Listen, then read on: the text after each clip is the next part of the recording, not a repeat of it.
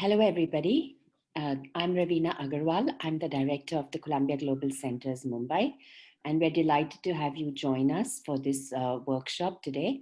And we are excited to hear your, in terms of finance, we're really excited to have your expertise be shared with the startups that we have been supporting through the Urban Works Innovation Challenge. This is the second year of the challenge that we've been running in partnership with Columbia University's Fu Foundation School of Engineering. It's supported by the RMZ Foundation, and we've also been working with the CoWorks Foundry as our infrastructural partners. Every year, we select startups. We do a request for proposals on the themes of urban India. And how do you make cities sustainable and safe was the thematic concepts that we used for this year's challenge. And 3 startups were selected from the Indian ecosystem and 2 from a parallel, a track that we ran through Columbia University's school, venture school. And this competition was won by 2 teams from that space as well. So we have 5 startups in all. So this program entails mentorship, and with the School of Engineering and with local experts, based in India, of course, who have an amazing global perspective as well.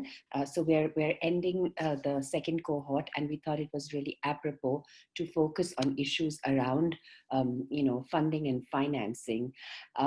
Startups in early stages of their development, they always explore a variety of financing options, and competitions like ours are one source of the financing: grants, crowdfunding, and equity from family and friends. And once they've defined the market and identified it, other forms of investment such as institutional venture capital, debt, or bank loans also become alternatives. And while the overall funding for Indian startups has gone up since 2016, the funds received and deals done by early stage startups have reduced. So we're looking to you to deliberate on such trends in the Indian startup ecosystem, particularly focusing on how young tech startups can fundraise better when they're aware of all available options.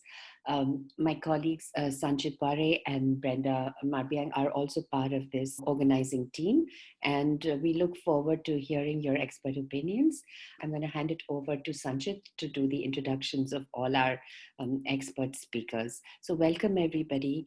Very exciting that you could join us, and really looking forward to learning from you so that we can then see what the next stage is in terms of financing for our startups. Thank you, Dr. Agarwal. Hello, everyone. My name is Sanchit. Our first speaker today is Kanchi Daya. She's the regional head West India in West India for the Indian Angel Network. She heads the West India operations of Indian Angel Network, which basically provides capital, mentoring, support, and market access to early and growth stage startups. She obtained her undergrad degree in computer engineering from Purdue University and her master's degree in strategic marketing from Cranfield University in the UK. Kanchi has worked in the technology, automobile, education, healthcare, and social services industries for over 8 years, and is extremely passionate about working in the Indian startup ecosystem. I would like to welcome Ms. Kanchi Daya to begin her presentation. Thank you, Sanchit. It's incredible to see the work that you all are doing here for startups. More power to you, really.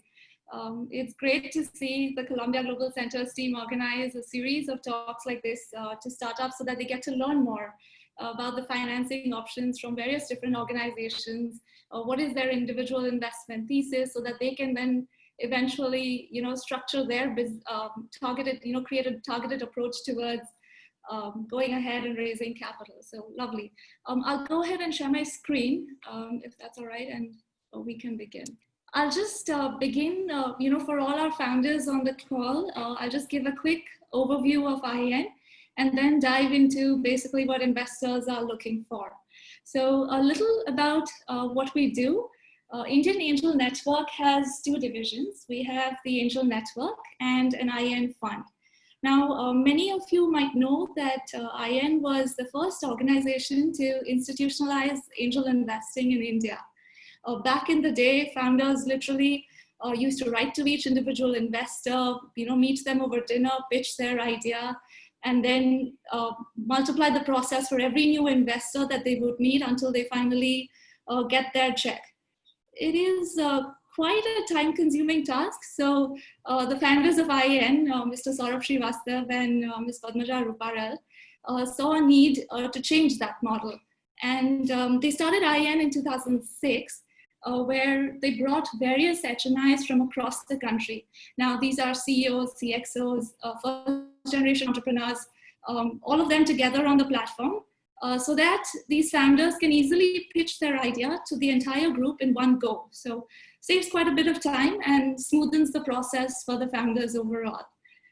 So today, IAN has about 500 investors. Since they are experts in their respective domains, they have a keen interest to invest across domains as well. And that by default makes IAN very sector agnostic. And yeah, so we invest across all sectors. We've invested in about 160 companies till date across 7 countries and about 17 different sectors. Some of our marquee investee companies would include, you might have heard of them, WebEngage, Wow Momos, Boxate, Dhruva. Dhruva, in fact, actually is a unicorn now. So yeah, investments on the network are anywhere between 25 lakhs to about 6 crores.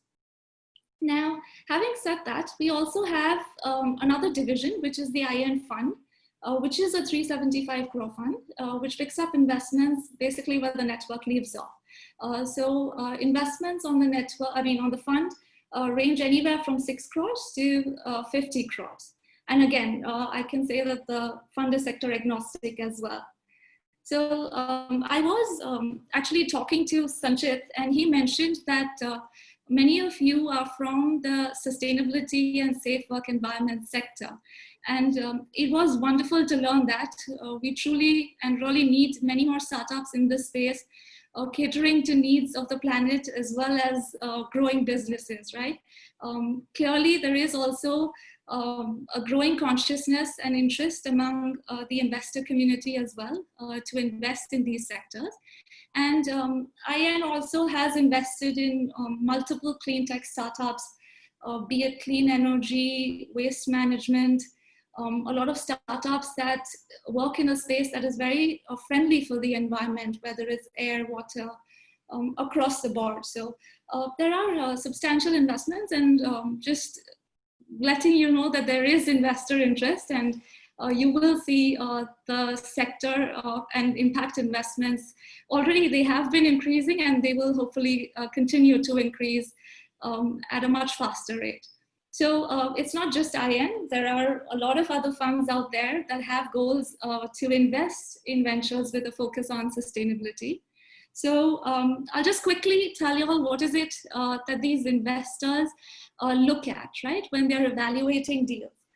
Of course, impact is one factor, but it is not the only one. There are many factors that are considered when investors evaluate deals, and critical ones. So I thought I'll just give you a very quick overview. You all would have heard of a lot of them, but it's never wrong to get a refresher. There might be some points that I might cover that you might be unaware of, and hopefully this helps. So first and foremost, I'm sure you must have heard it umpteen number of times, it's the quality of the management team. So what kind of domain expertise does the team have, right? Do you have complementary skills as it relates to, say, product development, sales, marketing, who's going to take care of business development across the board? So you need to show a well-rounded team. And of course, an investor would also be keen to know what is the equity split, right, between the founding team. So if one founder holds a majority of the stake, I would say it would be good to clarify why. We're not saying you shouldn't have that, but maybe you're still trying to figure out who the right co-founders are. You're not sure if they'll last longer. So that's not a problem. Just identify and explain that to the investor well. Ideally, a good split would surely help because it shows a strong commitment from the entire team towards the venture, right? We also have the market opportunity, which is very important. So here, how big is the addressable market that the company is looking to serve, right? Big defined not just in terms of today, but the future as well. So I was talking to a founder recently, and he was catering to a market, to an audience that basically doesn't have any phones, smartphones, or internet access. Much needed, but it's a shrinking market, right?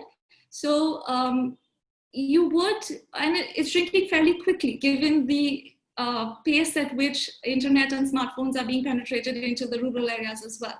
So just ensure, even if you are catering to that segment, there is also another larger market that your solution is catering to as well. Because investors are looking for an opportunity with growth potential. So a large market where basically economies of scale can be incorporated into into your operations so that they can see increased margins, increased profits, that will surely attract investors. Most important for now is the product. So what is the pain point that you're trying to address?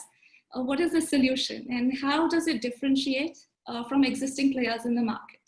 So basically, in short, what is your USP, right? The traction that you've got surely helps. It builds investor confidence in your venture because they see and they understand that yes, the market is adopting it, accepting what is it that you have to offer. And it surely helps build confidence as you go ahead and pitch to them. Having said that, we have invested in deals that are pre-revenue as well because the business demands it. So there are times we've looked at ventures that are in pharmaceuticals or cybersecurity, quite a few spaces which don't necessarily need revenues day one. They are very research focused. They're building a strong IP. So we definitely look at ventures like that as well.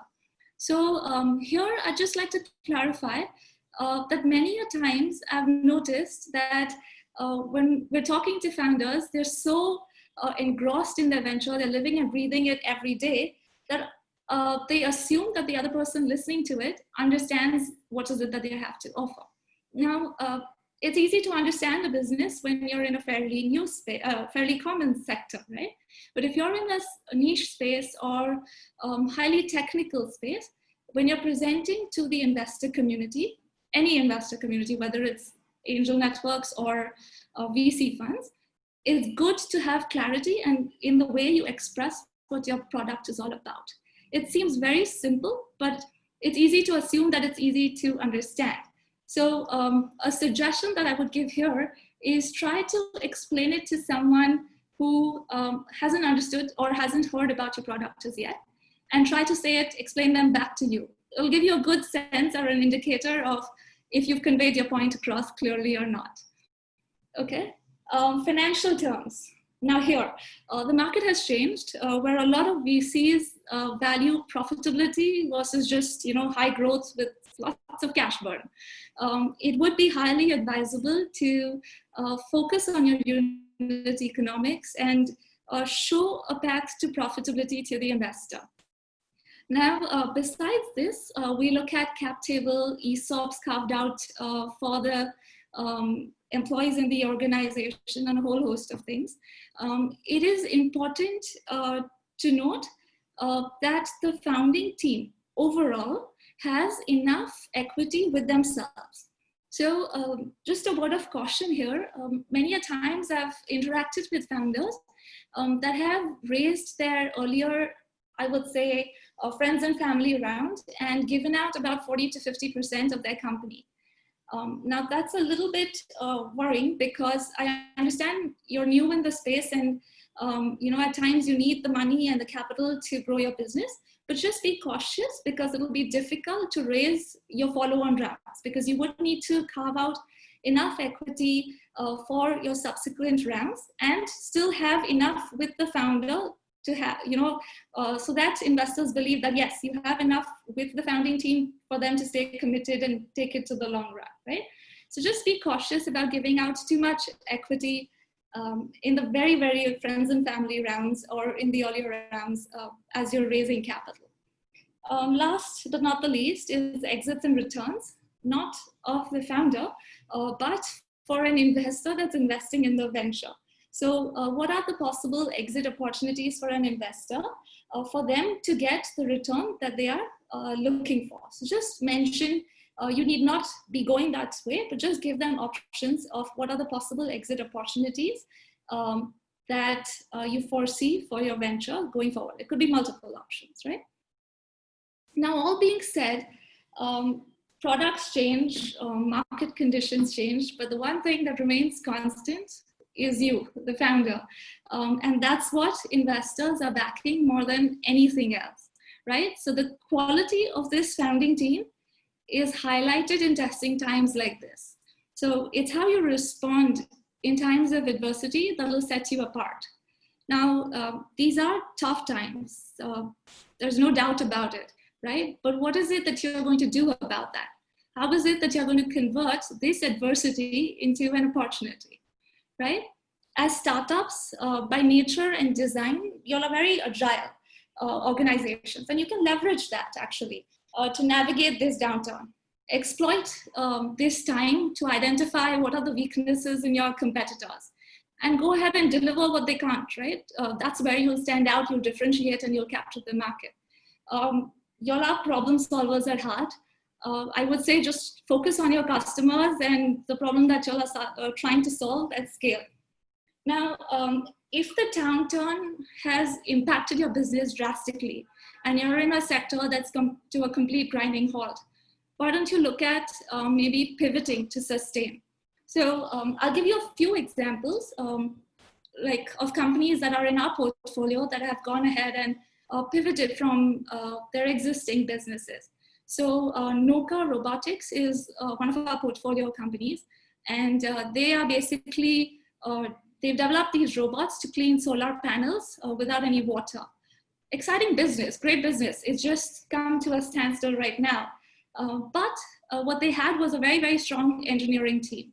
And they realized the need at the beginning of the lockdown for ventilators. So what happened was we literally created a task force.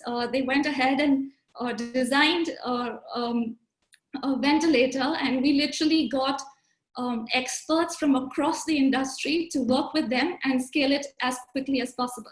So we had, say, the co-founder of HCL, we had the managing director of a French medtech company, we had government, so we had Invest India, ICMR, a whole host of, so the FDA guys, all of them came together, created a task force, and the corporates helped manufacture it at scale, opened up supply chains.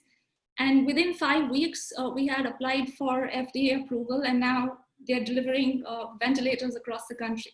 So think creative, see what is the strength of your business and pivot. If at all it's come to a complete standstill. Chakra Innovations was another one. If I had to give an example, they are basically, their product sits on top of diesel generators, and they basically capture the soot that's emitted out of it. So they protect the environment in terms of less pollutions, protect human health.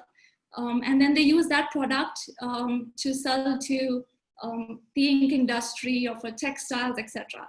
Again, their business was impacted given the lockdown. They saw a need for, they saw all these N95 masks and PPE kits being used across the country, but then they were being disposed of. So they went ahead and created a UV device where you can sanitize N95 masks and PPE kits so that they can be reused. Again, protecting the environment aligns with their business goals, but pivoted to a slightly different model. Now you don't need to always pivot to a different business if your business isn't completely impacted by COVID.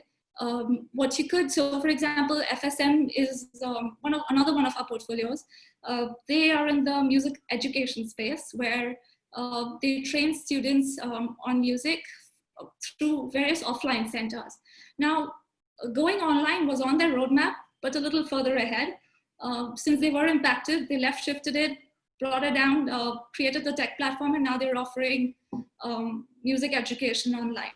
So these are just a few examples.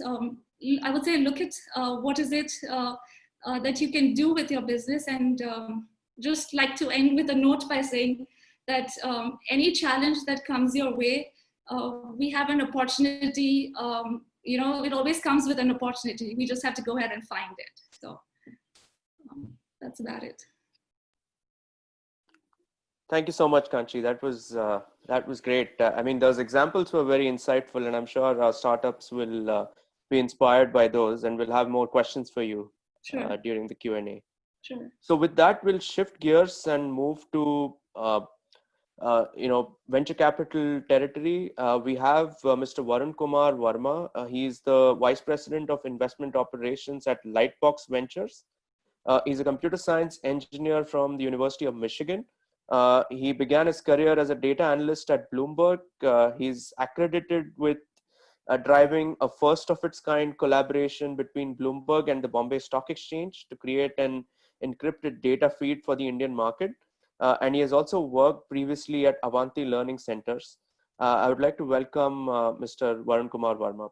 Hi guys, nice to be here. Thank you, Sanchit, Ragini, Ravina, and the entire team. And congrats on all the good work you're doing with the UrbanWorks Innovation Challenge, and I'm glad to be here. And congrats to all the teams as well on all the stuff that they're doing. So, like Sanchit mentioned, I work at a fund called Lightbox Ventures. What you see on the screen is our team at that fund. We're a very different sort of VC fund. We're not very financial services vibe. We are much more chill and casual. We're based in Mumbai. We're early stage consumer tech investors. We invest in very few startups. So we're almost like a private equity in the early stage world. We go in early, so we typically like to be the first large institutional money going into a business. And we tend to work quite closely with the companies that we do invest in. And go really deep, right? So it's not like we just invest and turn up for board meetings to get updates. We are actually there with you every step of the way in building the startups. Quickly moving on to our investment thesis and what we do. So like I said, we are consumer tech investors. So we like businesses that are using technology and going after the Indian consumers, which includes small and medium enterprises, because very often they do behave and act like individual consumers because they're owned by individual entrepreneurs. And as we think about investing, so we've been investing in India since 2014. We now manage about $400 million of capital. We have invested. We have a portfolio of 13 active companies. And before raising our last fund, which we did in 2019, which was a $210 million fund, we sat around a table. We began the thinking around how should we think about utilizing the money from that fund, right? Where should we be putting it to work? And consumption's always been close to our heart because I think everyone in the team comes from a background of building B2C startups. And as we were having those conversations, I think what really struck us was that the two, while we can keep investing in consumption, there exist very fundamental risks to consumption, right, in India. And there are two huge risks in our mind. And the first one is obviously, and I don't think I need to say anything about it, but it is the environment, right? And I think Corona is a good example of that, because in many ways, Corona or COVID-19 is an outcome of unencumbered deforestation, which has led to more concentrated, interactions of animals that typically wouldn't have happened, and hence activation of viruses, right? So definitely it is the environment, and in that photo you see people fighting for water in Chennai, right? I think this happened last year when Chennai was about to reach day zero. And Cape Town was, I think, in South Africa was 30 or 3 months from reaching day zero, right? And day zero is basically when you have no water left to consume. And so when people don't have water to consume, they're not going to go thinking about what car to buy, what piece of jewelry to buy, what shirt to buy. It's very much primal instincts at play where you're searching for food and water to survive. The second big risk in our view, in our minds, to consumption is social factors, right? So the fact that we do not have a healthcare system that can, effectively deliver care to the billion plus people in this country is a challenge, is a problem. And COVID-19 is again doing a great job of highlighting that. The fact that we have an education system that fails our youngsters which may result in the fact that, for all the talk of that demographic dividend, it may become a demographic bane, right? I think the stat that you read there is simply amazing, right? In 2018, and I think the number was similar in 2019, the railways released 90,000 vacancies, and they invited applications. In a country, where you have 28 million people applying for 90,000 jobs, and similarly, you have a million people entering the workforce every year. If you're not going to create jobs for them, all of that demographic dividend we talk about is not going to last very long, right? And is going to become a big problem for this country. And so, we that's the thesis we're now investing behind, where we want to invest in businesses that are on the right side of these two changes. And I'll give you more reasons why. I think if you look at just from an environmental perspective, right? I watched this fantastic documentary, which I recommend all of you watch, called Ice on Fire. It's a Leonardo DiCaprio produced documentary. And in that, they talk about the fact that, 10,000 years ago, it took us 60,000 years to add 80 parts per million of carbon to the atmosphere. Today, we add 2 parts per million of carbon to the atmosphere every year, right? It's just staggering.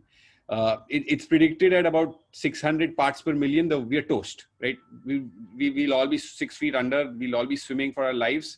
And, even 450 parts per million is considered dangerous. And that's why you have the Paris Climate Agreement and things like that, where we are committing to become carbon neutral by 2030. And it's actually imperative that we become, because, we can try to build all the fancy businesses in the world we want, but if we're going to struggle to, have places to eat and live, all of that becomes pointless. And again, just to put the stats on the education side or the social side into perspective, we have the Right to Education bill that does a fantastic job of, actually creating infrastructure for education, right? So we have a lot of schools everywhere, and most times kids go to schools for the midday meal program, right? And that's a fantastic program.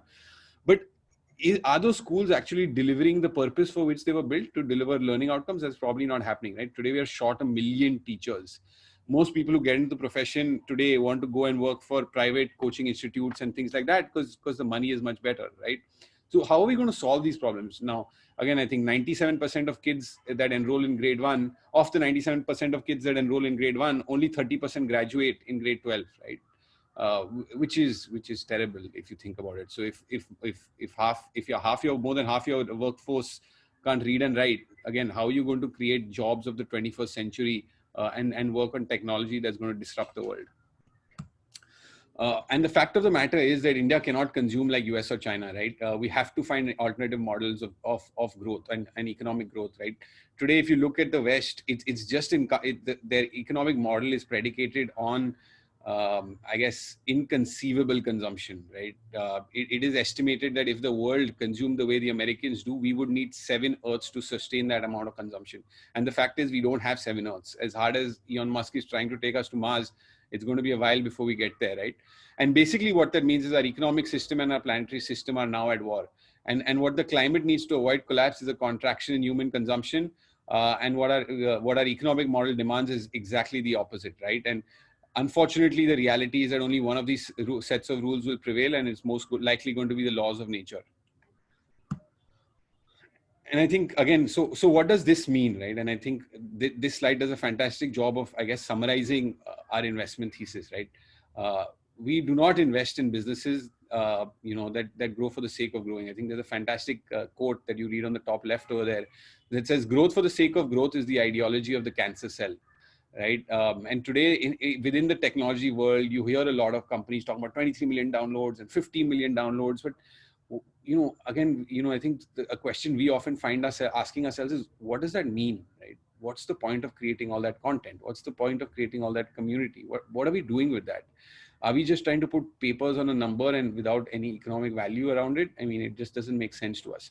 On the right-hand side over here, you see this is an example of a business that excited us. It's not something we invested in, and it's not even an Indian business. So it's something called a Do Black credit card. It's a climate-focused credit card that basically shuts down when users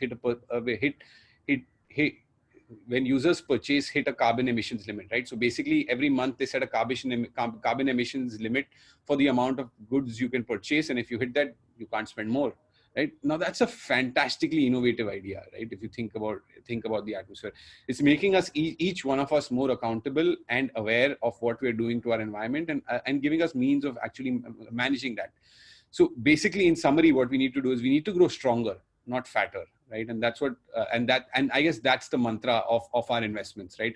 We're looking to invest in businesses that are on the right side of the environment, that are on the right side of social change, because sooner or later, there will come regulation that put businesses that are on the wrong side of these equations out of business, right? And if you have a business model that is not accounting for that, you're not looking forward far enough, and you're going to be in trouble, right? And as venture capitalists, one of our jobs is to take a 10-year view, right? Basically, we have to bet or predict or have a view on what the world is going to look like 10 years later. And our belief is that a lot more sustainable, environmentally and socially responsible businesses are going to be the flavor of the week at that point in time. And again, I'd like to clarify one thing, right? We're not ESG investors. We're not sustainable investors. We just believe we are very commercially minded investors, but we'd like to be responsible investors, right? Like, can we generate the returns that we would otherwise while doing good by the citizens of this country, doing good by the environment, etc., etc. And again, I think I missed out this point, is that, we're very much India focused investors. We only invest in companies that are doing business in and for India. So, again, having told you our investment thesis, and again, I hope that gives you the encouragement as people, as founders and companies that are looking to solve some of the challenges for safe working environments and cities, that, there is capital available if you have the right business model. I think there's a growing awareness around all of these factors. And the more you spend time talking to even our investors, you'll realize that, the ESG at one point in time, when I started working in 2010, people would laugh at you when you use those terms, but they're becoming very real concepts. And I think, and they're becoming very mainstream, which is fantastic. Now, as you think about how do you go to raise money, right? And which is a topic, the business of fundraising. I think, one thing, I think this is a secret, which shouldn't be a secret. I don't know if it is a secret, but very often, I find founders forget it, right? When they come pitch to us, especially at the early stage, right? As businesses mature and there are more numbers and now numbers are validated, it's much easier to go out and raise money on the back of the numbers. But when you're early in your business, when all you have is an idea or a presentation, I think that the fact that the thing that you really need to focus on is your story, right? And the reality is that good stories beat good spreadsheets early on, because the spreadsheet is just full of assumptions. And there will always be cynics who will question those assumptions one way or another.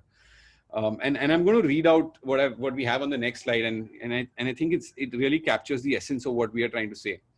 Whether you're raising money, pitching your product to customers, selling the company, or recruiting employees, never forget that underneath all that MBA bullshit talk, we are still emotionally driven human beings. We want to attach ourselves to narratives. We don't act because of equations. We follow our beliefs. We get behind leaders who stir our feelings. In the early days of your venture, if you find someone diving too deep into the numbers, that means that they're struggling to find a reason to deeply care about you and your business, right? And I can't stress this enough, right? The story at your stage is extremely important. And it's not to say that because, to trivialize what you're doing, but I think, at your stage of business, it's more about, you have to be incredibly passionate about what you're doing, right? And while numbers can motivate a few people, I think it is really the stories and the causes that really motivate more people. And if you can sell a good story, you're likely to convince a lot more people to get behind you. Both, even, I think even when you're recruiting your first 50 hires, all you're selling them is a vision, and that vision is nothing but a story of what the world will look like if your business is successful. Now, how do you make a good story, right? So again, I'm just going to highlight 2 or 3 or 4 things that I think are essential to making a good story, and being able to raise money successfully. So first is you start by understanding the market, right? A reason, the only way to make a good story is to have an insight that people don't have, right? To have a view that people don't have, to have a view that people have not understood, and have the logic and reason to explain why that view is actually very valid, right? So a good example is that, how India is changing, for example, right? In the 1990s, we had only one airline, and that was Air India. And because it was pretty much a monopoly and we lived in the License Raj, they had no reason to innovate, right? They took their customers for granted. Their flights were 4 hours late. There was a VIP culture. Nobody gave a shit. That changed, right, with the liberalization of the economy and things like that. And that's where a business like Indigo came in and spotted the fact that, look, by just simply being on time, we can change the game entirely, right? We have to, basically what that comes down to is respecting your customers, because today they have options, right? If you look further, right, again, this is a campaign of Incredible India, which is the tourism campaign that India runs globally. If you looked at in 2012, right, the fact that, the photo is basically elephants with lots of kitschy colors, turbans. It's a very traditional old world idea of India, right, that has been perpetuated for decade on decade. If you talk to the young millennial or Gen Z today, is that the view of India that they have? I'll probably say no, right? They have a much more confident view of India. And so you see in 2017, the Incredible India campaign is about a bunch of people whitewater rafting, and the slogan reads, "Don't panic, there's always rebirth," right? So it's very tongue-in-cheek, making fun of yourself, because very often India gets poked fun of for, our culture believing in rebirth and so on and so forth. So they're playing on that. And what that betrays is a sense of confidence, right? And both from a consumption perspective as a country and a country perspective, right? The country is growing up. And these are the sorts of understandings of the market that if you have, that are differentiated from what people have traditionally understood, that will allow you to build businesses that are differentiated and go after consumers and build brands that attract these consumers. Again, another example, this is a gentleman who lives on the foothills of the Himalayas who ordered his first fridge online, right? Now you have to understand the impact that Jio has created. Today we have about 500 million people connected to the internet via their smartphones, right? Or smart feature phones.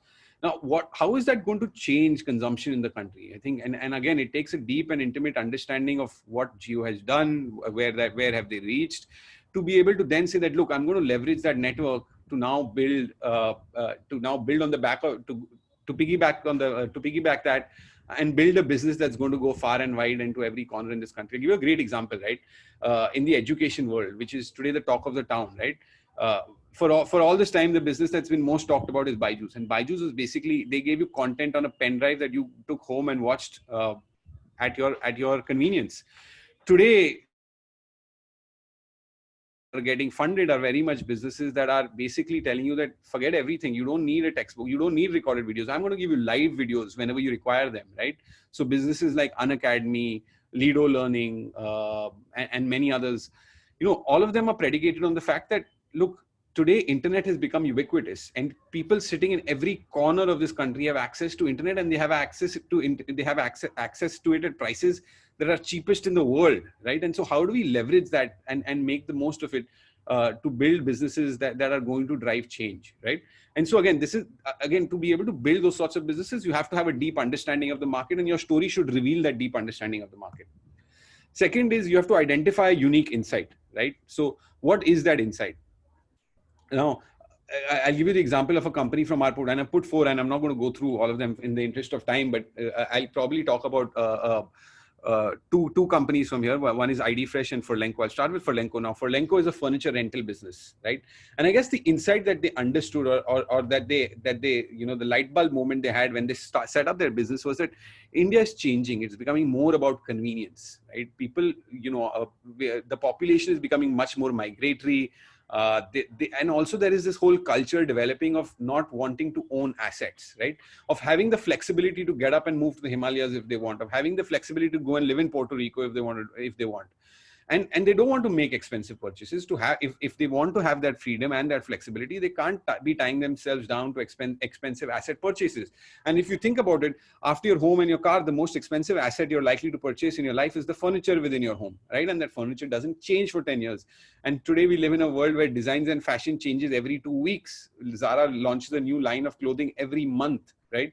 And so customers want that flexibility, and hence they came up with the model of allowing consumers to rent their furniture at their convenience.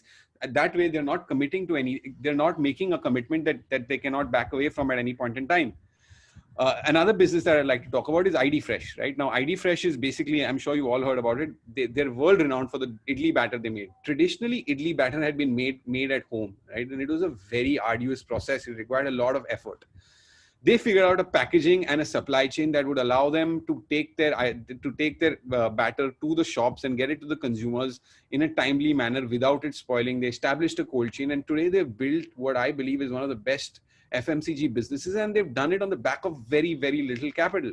Again, fantastic insight that they understood that people want convenience. People don't want, and the other insight was what kind of packaging they can use to make sure that the batter doesn't spoil. I mean, you don't see the top of this vada batter is, vada. I'm sure you all heard about the idli vada, right? It's basically a fried idli, which is shaped like a donut, and they've come up with a packaging where you can just pinch the package, and you'll get a vada that drops into the boiling oil, and you don't need to worry about the shape that comes out of it because the packaging takes care of it. Again, fantastic insight and fantastic way of packaging their product to take it to the consumer. Third, like I said, you have to leverage the internet's new business models. Fortunately, you are in a country with very few incumbents. We are very fragmented. If you were building businesses for the other parts of the world, you would have to compete with multi-billion large businesses, right? So if you're a Furlenco, there's no large. I'm sure I'd be surprised if any of you can name more than one or two large furniture players that are pan-India. There aren't. Also, basically, what that means is people aren't trained in consuming furniture in a certain way. So there's an opportunity to change that. Again, when you think about jewelry, besides Tanishq, which is offline, there aren't many large online jewelry players. Again, so it's a white space that allows you to go and take advantage of. Again, and by being online, you don't have to invest in inventory like you would when you had to set up a physical store. So again, that's a cost structure advantage that you can take to then improving unit economics and offering customers better jewelry at cheaper prices. Thirdly, the third example I go to is McDonald's, right? Again, McDonald's has to set. So we have a business in the restaurant space, which is a cloud kitchen business, right? So if you've heard of food brands like Faso's, Behrouz Biryani, which are only available on Swiggy and Zomato and the Faso's app, and you compare them to McDonald's pays 20% of revenue as rent. Now, because Rebel is a cloud kitchen model, basically they have no front end where customers can go sit and eat or order. They take away all of that 20%. Again, what that means is they have a cost structure advantage, and now they can use that cost structure advantage in many ways, right? They can build a more profitable business. They can take that. They can take the money that they save, pass it back to the consumers, and make the product more affordable. They can invest in technology to reduce food waste, so on and so forth. So again, you have to think about what sort of cost structure advantage that you are building into your business over the incumbent. And the only way to really build that cost structure advantage is to use technology, right? And technology can be used in one of three ways: to build scalable distribution, to build a differentiated product, or to do smarter marketing.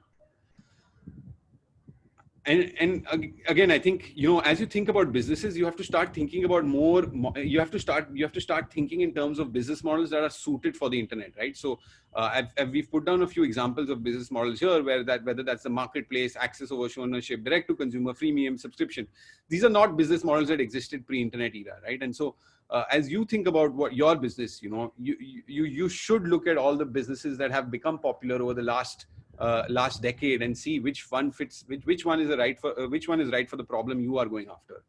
And finally, the last point I'll make is be nice to investors, right? Unfortunately, that is the truth. Find investors that are easy to be nice to, sniff them out. So again, and how do you do that? I think spend the time online, invest the time, find out names of people investing in the space that you're interested in, read about what they're saying. See if you agree with or disagree with them. Can you establish a camaraderie with them? And then you start communicating with them. And communicating, I don't think it has to be transaction oriented. You have to build a relationship when you want to fundraise. Fundraising takes a lot of time and effort. It's not so trivial. It's not as trivial as turning up at someone's door and telling them, dude, I have such great pedigree. I have such fantastic background. I have such a fantastic team. You give me the money, I'm going after a problem that's going to change the world. Every founder believes that. Unfortunately or fortunately. So it is much more than just turning up and saying that, give me the money. And hence you have to build the relationship. And I would say build the relationship at least 6 to 12 months before you actually need to go and ask for the money. And what does building that relationship take? Basically, it takes sharing constant updates, maybe sitting and brainstorming with those people, making them meet your broader team, making them talk to your customers, picking their brains on what they may have done in a certain situation, making them really mentors, advisors, and guides as you go on your journey in building your business. Keep the conversation interesting, right? A lot of investors are intellectually curious, or all of them. That's why they do what they do. And they love to have interesting conversations. So if they love debating things, they love talking about new products, they love talking about how the world will look in 10 years, what's changing, why it's changing, why it may not change. And so have those debates, keep that conversation really, really interesting, because again, that will make them realize that you are someone they can partner with over long term. Because again, remember, investors are more likely than not going to be one night stands. They're going to be like, they're literally husband-wife relationship that lasts multiple years, and in India sometimes multiple decades even, right? And if they can't get behind you as people who they would be happy spending time with, it's very unlikely that they'll be able to invest in you. And again, show that you do what you say you will do, right? So when you talk about, again, walk the talk, right? Don't just talk the talk. It's time and again, and more often than not, you need to walk the talk as well.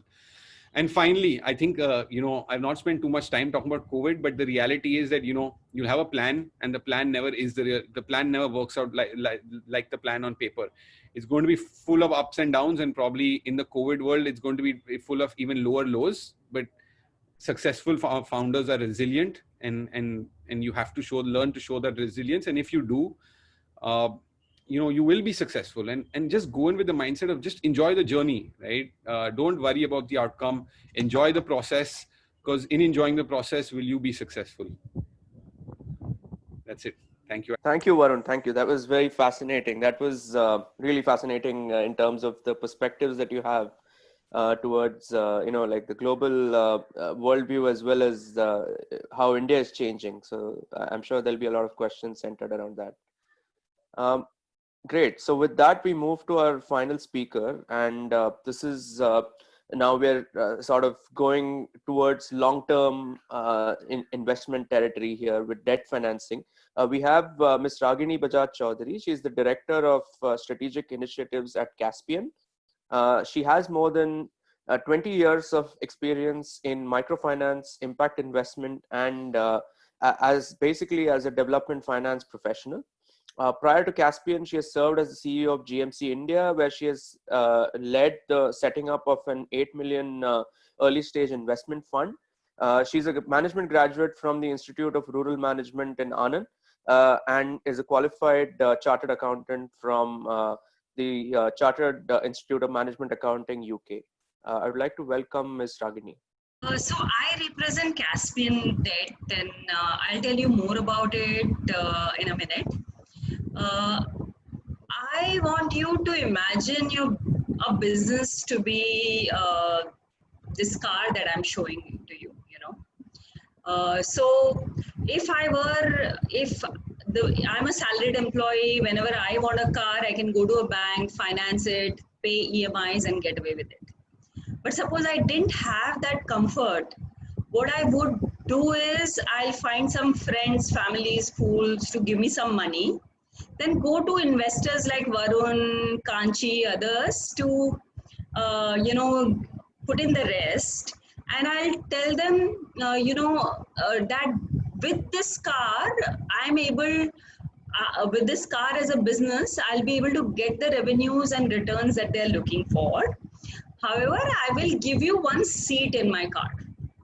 So I get that seat, they get that seat in the car. While they're getting that seat in the car, they drive it, they do some backseat driving, they tell you how to do things and all that. This is very different from the fact if I would have taken that car on the EMI, the bank is not bothered whether I'm in Ahmedabad, Delhi, Hyderabad, as long as it is insured and, my RTO papers are all right. But here, they will get the seat in the car. And with that, I will, use it to pay petrol. And while I'm paying petrol and, paying for the petrol, other expenses, the driver and all that, I realize that my revenues are not enough to, continue paying for this. So what I do, I find other investors, I give them another seat, And now more of my car is owned by investors. This is something Kanchi talked about in terms of having enough equity. Now, but I still do continue to need money to pay for the driver, pay for the petrol, and primarily because my sales are not rising as I thought. Remember the difference between plan and reality, that could be one. Other could be that I need to pay for the petrol right away, but the people who are making use of the service of my business are paying me after 60 days. So I always have a gap. Sometimes in certain seasons, because my car is needed more, I need to pay for more petrol, and suddenly I need more money.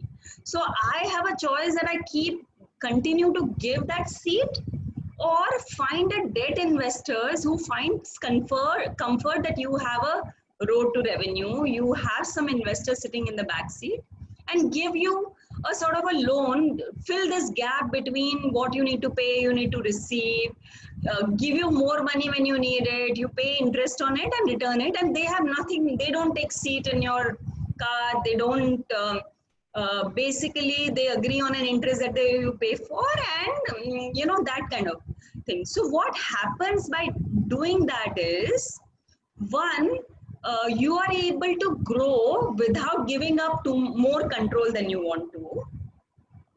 And second is, while the petrol doesn't differentiate whether the money comes from the investor or the or from the debtor, because money is the same,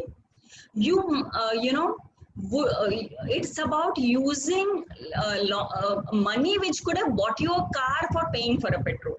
So you could use that money to buy another car and give another seat, while using debt money for paying for your petrol and salaries. Is it making sense at all?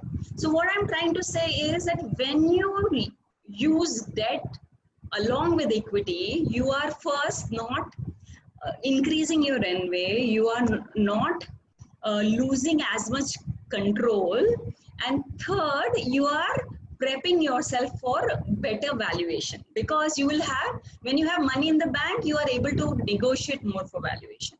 And that is the business that we precisely are in, as a Caspian debt. Caspian debt belongs to, things that Kanchi and Varun were talking about for their funds, sustainability and all that has come recently because of all the global changes that are happening. But for us, we are a 15-year-old impact investment fund, and this is exactly has been our business to, support sustainable businesses, to, promote and support enterprises which have double or triple bottom line. They are just. And what are the business that we are in? Like I told you with the car, we provide customized debt. So some people will need seasonal money. Some people will need money all the year. Some people will have advance orders which they need money to fulfill. So we'll take your orders and we'll give you money. So we can customize it to your business. Like I said, we help you scale. And of course, we have a digital platform. So we are much more responsive, and we are able to, our turnaround time is much faster comparatively. I've already spoken about what the better word. So we focus on certain sectors which have high impact potential. I won't go into the detail. And our other lens of impact is underserved market. And I want to congratulate Columbia for Global Center for supporting startups which are looking at this sustainable, are helping to make this world a better one, And we are one of the only investor in India to be certified B Corp. And B Corp is about being responsible to all stakeholders, not just your shareholders. We have a 15-year record. I won't go into detail. Our debt fund is our third fund. We have 2 successful equity funds behind us, and 1 more is investing. So what we fund is, again, see, this is a debt, and I talked about that car analogy. You need to have an investor, you need to have some traction, because right in the beginning, everybody needs debt before your idea is proven, before you have visibility of revenue and road to profitability. So we look at least 3 years of vintage. We look at asset-light models, because Otherwise, why do we exist? Why, if you already have banks? Because we lend to companies which bank won't lend to without collateral. You know, we do without collateral. For us, we also bet on teams like Kanchi and Varun talked about.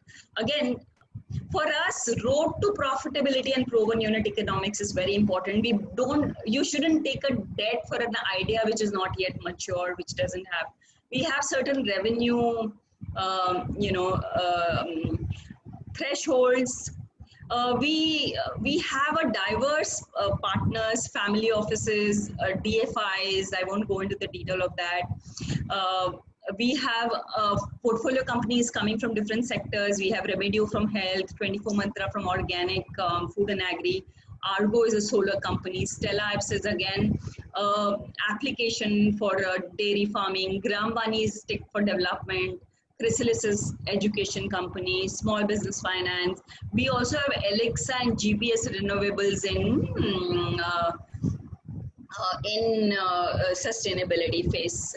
So again, in the paucity of time, I won't get into this customized products, but I have given you a sense of how we can match your loan repayments to your revenue cash flows. So you don't have to give a fixed EMI or a quarterly. We can do bullet payments. You know, we match it to your business model, and we help. You know, like I said in the beginning, you can continue to grow without giving up control. 43% of our companies report revenue increase. 80% are able to raise further debt or equity because of the credit worthiness, the credit capital that they build with us. We have a 100% customized repayment schedules. Our customers stay once they come into our fold. They, you know, some companies have taken more than 10 to 12 loans, you know, and we are collateral free. Currently, the kind of product that we are offering is sort of, it starts from, we are going completely virtual in our due diligence to improve our tags and deal with the post-COVID world. You know, I'll get the organizers to share this PPT with you, so we'll get into the detail. We do like 1 crore, up to 1 crore. It could be, 24 to 36 months. You know, some of these things we are currently doing. Again, very quickly, we can come back to this. This again shows our commitment to our SDGs and impact. But I do want to spend some time on what we have learned over time when we were looking at these sectors in our debt lending. Again, because of certain investor covenants, we are not able to do solid waste management. That is out of our hands. The key challenges that we feel this sector faces is government receivables. Wherever governments are involved, we have found companies struggling to manage their cash flows and all that because there are a lot of delays. Again, there are several regulation which you need to work around. And we found scale has been a bigger challenge in this sector. But what we feel is showing promise is B2C. And one of the companies also I'm sorry, I got the spelling wrong. There's Drink Prime. Private solutions for clean toilets are working. Water harvesting retrofitting solutions can work. Again, this is dependent on regulations in a country. So this is what we have experienced in this sector. I think both of my speakers have spoken about the obvious factors, addressable market, quality of team interaction. Many things have been said, but not so obvious is, and in the long run, and when you're there for the long run, of course, connect with the problem. And this has been spoken about a lot by Varun, so I won't get into it. But I think governance is something you do not wait to build when you are 3 or 5 years old. Don't postpone that. Have that transparency, compliances, etc. built from the day one. And believe me, you will never be faulted for that. You will be much wiser and better off by that. And second thing that is most important, and especially that is coming up in the post-COVID world, it was referred to by Kanchi in terms of adaptability. But I think resourcefulness is another thing, quality that will be tested again and again. Are you able to negotiate your rents down? Are you able to get good quality team for less? What kind of advisors you're able to attract? So that is something to look forward to. And again, this advice for startups is coming from a deeply personal experience. It's sort of a personal journey with my husband, who has 2 failed startups behind him. And again, they were both funded by angel investor like Rajan Anandan, then again by Inventus Capital. But unfortunately, it failed. So what I mean to say for all the startup is, don't take raising fund as a success factor, but see whether you're building a profitable, scalable business or not. So don't stop by feeling great, I've raised the fund. That is not success. That doesn't guarantee success. And again, why is it important for you to solve this problem? It's not about you, it's about customers. Who are you solving for and how it should do it? Again, do understand different financing strategies. Equity is not be all and end all of it. Do invest in a strong finance team right in the beginning. That is again comes from a deeply personal experience. And of course, what are discretionary factors? What are critical factors in a business? You should always have an eye, because if given a choice as a techie, as a person, you can build 1,000 features, but are they required? What is it that the customer wants really and would be willing to pay for? Have a lot of deep connect and tenacity, but also know when to stop. And I think that's where I will stop. I hope I have remained in my time given. And yeah. Thank you so much. It was good to understand the perspective of debt financing. And with that, I think we can now have questions. So feel free to send in your questions through the Q&A, and we'll take them one by one. And I'll kick things off. Anyone can jump in on this. So you've spoken of several things, right? Like what it is that you seek from the startups, what it is that the startups need to show in order to be considered investment ready. But as financiers, as angel investors, VCs, debt investors, and so on, what would you say are some of your asks from the ecosystem? Like what would you want in the ecosystem today to change, whether it's on the regulatory front or whether it's on the technology front or any other front? What it is that you would wish for, and of course, whether it's realistic or not, I think we can take a look at that as well. So I think while Ayan has done a great job of bringing a lot of investors on a platform, I think there is still room for more collaboration among investors and others, because so that is one thing.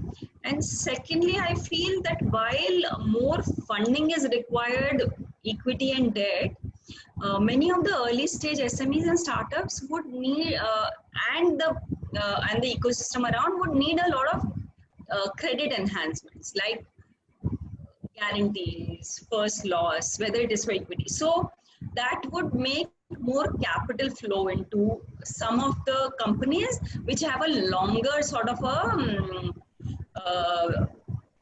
break-even time, and especially where more government orders are involved and things like that. So I think these would be my 2 asks. Maybe I can go.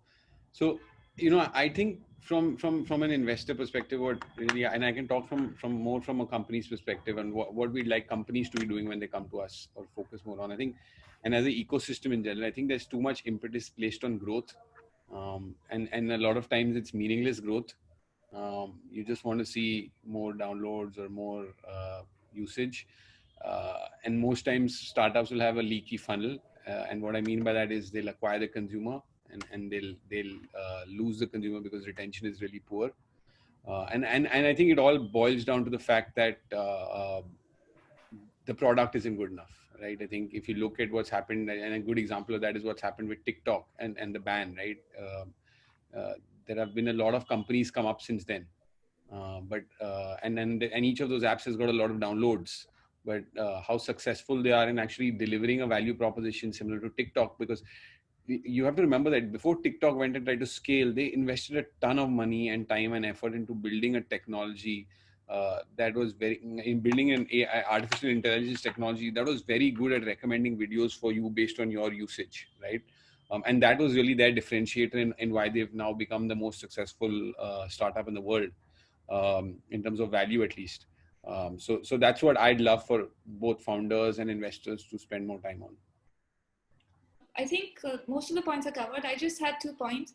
One, in terms of government, since you asked, there are incredible number of measures being taken already to boost the ecosystem at the central and state level. The government has been continually engaging with us to understand what is it that needs to change and, working towards it. But we're a nascent ecosystem, right? It takes a while to grow and develop. So I would say, if I had to give a recommendation, what happens is institutional investors, angel investors as well, even as a network, when we come in, ideally we would like to see some traction, like I mentioned, right? But for a founder at the very, very early stage, if you don't end up getting friends and family around, it's a bit of a challenge to get to a scale where an angel investor comes in. So what about the capital infusion required before that? I guess that can be covered with a lot of grants. There are a lot of funding opportunities that are available from various government agencies, but the more the better. So I would just say we need a little bit more capital infused there, just so that we can see the ecosystem develop at a faster pace. And we have more startups reaching the angel level for funding. And in terms of incubators, I think, again, there's a substantial growth in terms of number of incubators that are out there. But again, what would help the startups, of course, seminars like this where they get educated on this, but they always find it challenging to get those first few customers, right? So if there is a strong connect between corporates and incubators, that would, there are lots of innovation cells in corporates. So, but we just need to strengthen that ecosystem so that the incubators are communicating with the corporates, getting the startups that first a paid pilot or, even a free pilot just to validate their product will really help before they get talking to an angel investor for their first check. Absolutely. That's very important. With that, we have one of the questions, which is about, how comfortable are investors with a business that is hardware focused and not necessarily a pure software as a service? I'm happy to answer that, at least to start off. And the reason I'm happy to answer that is, so I think the third business that we ever invested in was a business called Furlenco, which I spoke about. Furlenco is a furniture rental business, and we are tech VCs. So try explaining that to one of our investors and see how far you get. But really, I think what we understood there was so to answer that question, I think there is enough and more demand or enough and more appetite to invest. The hardware or the value proposition of that piece of hardware has to be differentiated. And I'll tell you why we believed it was differentiated in the case of Furlenco. Today, when we put out a piece of furniture on rent, the average monthly yield, right, that we make on every piece of furniture is 8.3%. That means in the whole of a year, in less than a year, we cover the entire cost of that piece of furniture. And for the rest of the lifetime of that furniture is just generating cash and chugging cash out back into for the investors and for the entrepreneur. The average lifetime of wood is technically timeless, but and you can recycle that wood and that you used to make that piece of furniture and create different pieces of furniture over time. But even if you were to just use that piece of furniture, and if you think about your own homes, right, your dining tables don't change for maybe 10 years at a time. Your sofas don't change. You may change the upholstery, but the sofas don't change for many, many years, right? And so the lifetime is so long and the value is so high that it made sense to do a hardware business, because eventually what is technology? It's just very high margin businesses, right? And that they are, because they're infinitely scalable.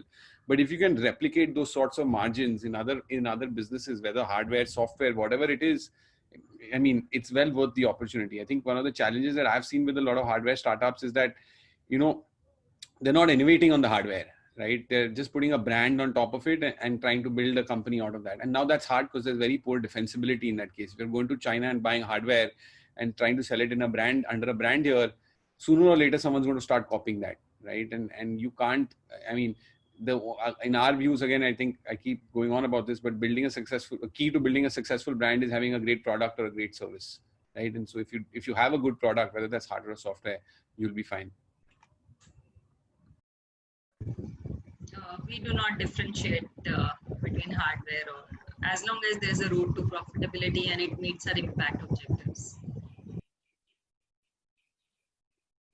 Yeah, I think Varun hit, I think he answered it perfectly well. Unit economics is all that matters, and you need to see the margins increasing at scale.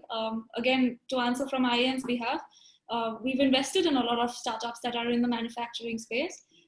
As far as the unit economics and, the market is large enough and they can see economies of scale, we're good to go. Great. I mean, I think I think unit economics is something that everybody needs to prove, right? I mean, whether it's hardware or SaaS. So that's a great point. This is actually a question for Ragini. So in terms of the interest rates offered by Caspian, so can you shed more light on that? And what have been some of the success stories at Caspian in terms of debt financing? Yeah, so the interest rates are basically based on the risk perception of the business, but it can be anywhere between 15 to 18% because we do collateral free and things like that. So if I talk about the success stories, I did allude to that. Like 80% of those companies whom we lend to have gone on to raise further rounds of equity and debt. 43% of them had a CAGR of more than 50%. So it's about, because and also here again, the road, of course, in post-COVID world, things have changed a little bit, but almost around 48% of our businesses were EBITDA negative when we gave them their loan, which was collateral free. But we had a lot of confidence in their revenue generating capacity, and there was a clear road path to profitability. So I think that's where I would stop. And if you can go to our website, there are several case studies there in our social performance report, and you will be able to say that. I don't want to take up too much time now. Yeah. Sure, thank you. The question coming in for Kanchi. So. They're asking for a comparison of angel investing, how it happens in the US and versus how it happens in India. So can you provide some perspective on that? In terms of what are the modes of investment, do you favor convertible note or things like that? Sure. So yeah, I can see the question as well. In terms of modes of investment, I think they were referring to safe notes and convertible notes. We do have that in India as well. There are organizations that do offer safe notes at the very early stage. I'm sure you must have heard of 100X VC, which is Mr. Sanjay Mehta's organization. So they do offer safe notes like America. America is much, much more advanced an ecosystem in terms of investing in startups. There's much more appetite for risk as compared to India, I would say, in terms of, again, investing. So you will see, founders at a slightly more earlier stage being invested in at higher valuations because they've seen it for decades together, right? We are fairly nascent. In terms of, I noticed they ask about how does this compare to angel investor financing in India and what is the current market? In India, it's growing substantially. We've seen a substantial growth in the number of funds in the last 5 years itself, right? From 2-digit to 3-digit and hundreds of funds across the country. In terms of modes of investments, you have safe notes and convertibles and price equity rounds in India abroad, similarly in India. If they're asking about how does it work with IAN, it's a price equity round. We don't generally do convertible notes. So we set a valuation and take a certain percentage.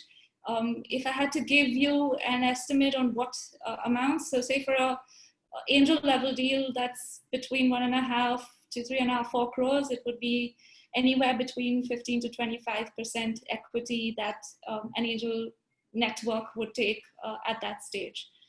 I hope that answers your question. Is there anything that I missed out?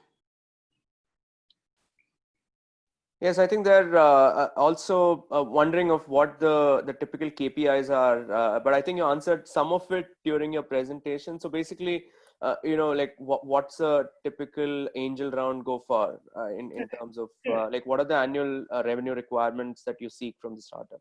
Yeah, so I would say, it always helps to show steady growth month on month. It builds more confidence that, okay, they've hit a certain very basic level of product market fit.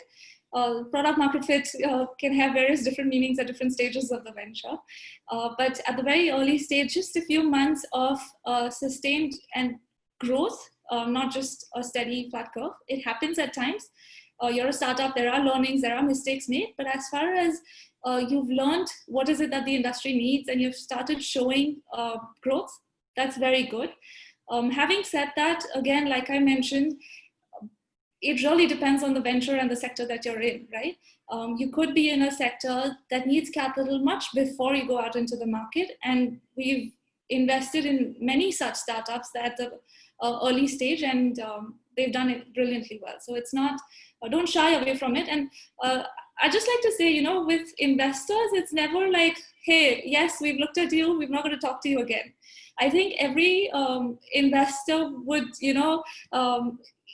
it's more of a dialogue, right? So you reach out, at least I know with IAN for a fact that you reach out to an investor, we evaluate the venture, and we come back to you with feedback. So we'll say, hey, these are the XYZ things that maybe you need to work on, look at it, come back, have a conversation with us again. And the founder goes ahead and does that. So I've seen umpteen number of times where we'd had founders come back to us with, a change in their business model, or they've shown substantial growth in numbers, and we've gone ahead, taken them next time to the investor group, raised capital, and they're doing brilliantly well now. So don't get afraid to even write to an investor, just start a conversation. The more you converse and engage with people, the more you learn. So share your deck, have a conversation, it'll be a learning, and you can always write back again once you've pivoted a bit or changed to things that they would like to look at that stage. So it's never a no, it's just maybe not now, a little later. Great. It's good that you're offering that sort of flexibility so that it sort of gives more comfort to the startup. So we have questions for Varun. If you can come in on this. So I mean, you obviously mentioned during your presentation that you invest in very few companies at Lightbox. But what's your typical quantum of investment like? Yeah, so I don't have a straight answer to that. We don't have a standard quantum. So and I'll give you the reason. So we invest right from probably pre-series A and up to series C, and we'll go in at different stages of the and anywhere in that time frame we can enter a company. The reason being that we believe that with different business models, risk gets mitigated at different points in time. Which allows us to then enter the business. So we are looking for a certain level of risk mitigation. So in a product startup, it'll be, have you found product market fit? In a hyperlocal delivery model, which already has product market fit, we are worried about unit economics, and have you started proving out those unit economics, and hence we'll enter a little later. So the amount we invest is really a function of when we enter, and I can give you, so when you're and I'll give you live examples to really demonstrate the amount. So we've invested in a feminine care business called Nua, which sells sanitary napkins on a direct-to-consumer basis, subscription basis, direct to your home. We invested $4 million in that. That was probably a pre-Series A, Series A type deal. We invested in an offline pharmacy business called Generico that had about 26 stores when we invested. We invested $11.5 million. That was a Series A deal. We've invested in Dunzo, which is a hyperlocal delivery business, which was probably a Series C deal where we did $20 million. So as you can see, we're quite flexible. On the average, we are investing about $25 million per company. So when the first check is in the range of 4 to 6 or 10, we'll follow that up with large checks in the following rounds. Whether the first check is large, the follow-on checks will be much smaller. So there's no fixed answer, but it's in that range. Sure. There's also a question on how much equity should be issued to key hires, to key employees. So anything on that? I think they're also referring to ESOPs by equity, I think. So maybe you can expand the answer in that way. So again, I think what we advise, so I'll tell you ballpark, it's typically in the 10% range is what you see at a Series A stage, that ESOP pools are typically 10% in size. That's what we'd ask typically. But, and sometimes it may be 15% depending on how large or small your company is going to be. A good way to think about it is that like within the next 3 to 5 years, what are the key hires, or 2 to 3 years, what are the key hires you're going to make? What's the benchmark equity that these people will typically expect, given the assumptions that you made on compensation within the business model? And then we, based on based on the calculation of that, are you commensurately allocating an ESOP pool? And usually that's in the 10% range, but it can go anywhere between 8 to 15%. Sure. Thank you. Question coming in for Kanchi, but if anyone else wants to join, please feel free. So basically they're asking, how important are introductions to investors and versus cold calling? To investors as in individual investors, I'm assuming, on the network? Yes. Okay. So of course it helps when you have an IN member that's spoken to you, that has looked at your venture and is coming back to us saying that, hey, I think it's good. You can look at it, but I don't think you would be looked at any differently if you directly wrote to us. So yes, we get about 11,000 applications a year. When you have an investor that's writing directly to us over email, it helps a bit, but I don't see, if you write to any of us, so we're, when we had in-person interactions with a lot of startups outside in the community, or even when we're engaging with them online, if they write to any of us, we just connect with them over a call, learn about the venture, and it's unbiased. I don't think it would make a substantial difference. You're looked at equally as far as your business is strong. But as you go through the investment process, when we present you to the investor community, we do get members that lead the round and then eventually diligence it and sit on your board for subscription. So if you have someone that you've maybe looked at and you feel that they would be a good fit, then you can reach out to them and suggest that they lead the deal with you, so that you're getting someone who you align with. Of course, at IN, when someone leads a deal with you, they are domain experts in your space. They've got plenty of experience, so that when they're diligencing the deal, it's strong for the network to validate, right? They're validating it for the rest of the investor community, saying, hey, I've looked at this venture, it's good, put money behind it. And subsequently, and more importantly, is they are the ones that will be sitting on your board. So we definitely ensure that, and IN is a closed door network, right? You have to be recommended into the network from one of the existing members. So it's a fairly well curated list of members who are very, very passionate, have enough experience working in the ecosystem that will be working with the founders. So if you don't have an introduction to an investor, do not worry about it, just write to us and we'll find an investor that will work well with you and mentor you as you grow. Sure. That is helpful. Thank you. So great. So in the interest of time, we'll have one final question, and I wanted to keep this at the last. I know you all have spoken of the changing behavior of the ecosystem, particularly with COVID. I know Varun had a slide on that. So the question basically is, how has investment behavior changed over these past few months? And of course, all of you spoke of how profitability has become more important as opposed to growth for its own sake. And some of you have that as obviously as your begin with. But I would like to also, ask, and this is open to all panelists, like if you can just say one thing that has changed in terms of investment behavior, and also probably in terms of asks from the startups themselves over the last few months. So for us, like I said, we used to 50% of our companies are EBITDA negative when we gave them the loan. Now we are looking at EBITDA positive companies. Our due diligence has become virtual, so we have reduced the ticket size also, because we draw comfort from physically visiting and meeting. So we are learning to replicate that virtually, so we've reduced the amount. Again, we have an internal COVID risk framework where we know that certain sectors have a great long-term prospect, but will take a while to emerge out of this current crisis. So we'll go slow over there, and there are more. But luckily, being an impact, most of us, our sector do belong to essential categories, so they'll recover. So we have an internal thesis on which will recover faster, which will be affected most, and that is sort of driving our investment these days. I'll stop.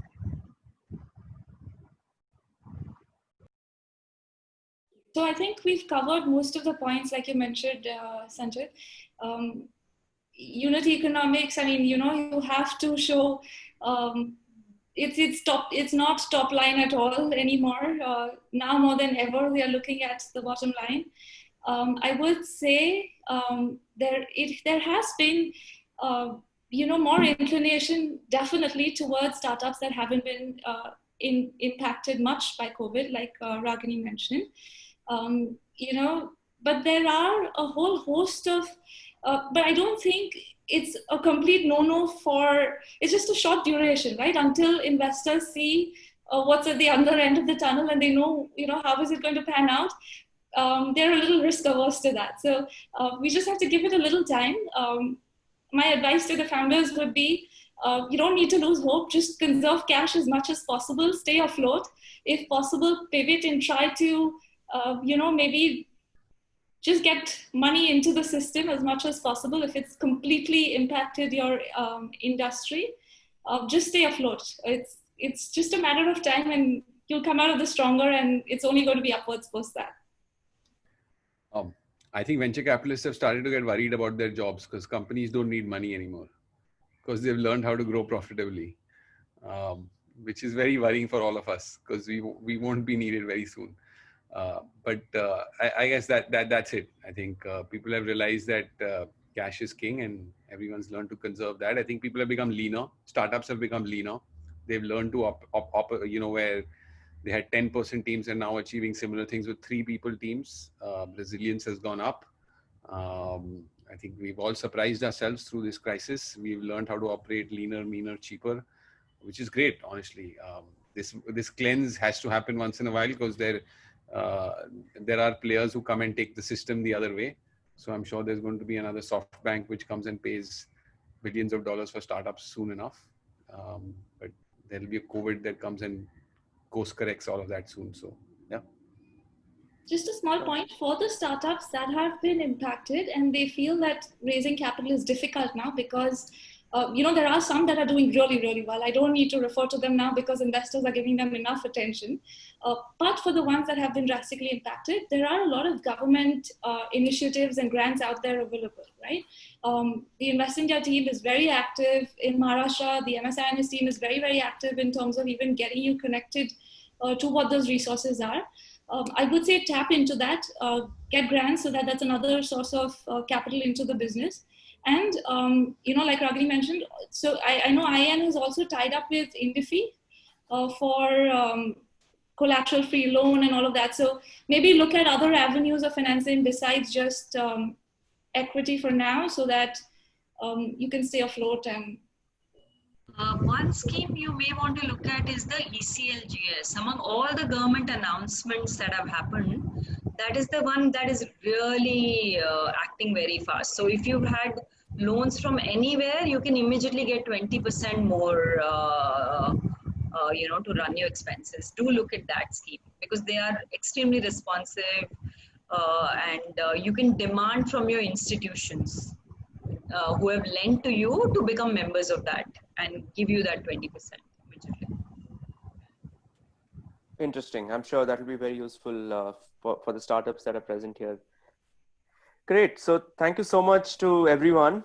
As we know, as like today we've learned that there are financing options out there even during this trying situation, this trying time for all of us.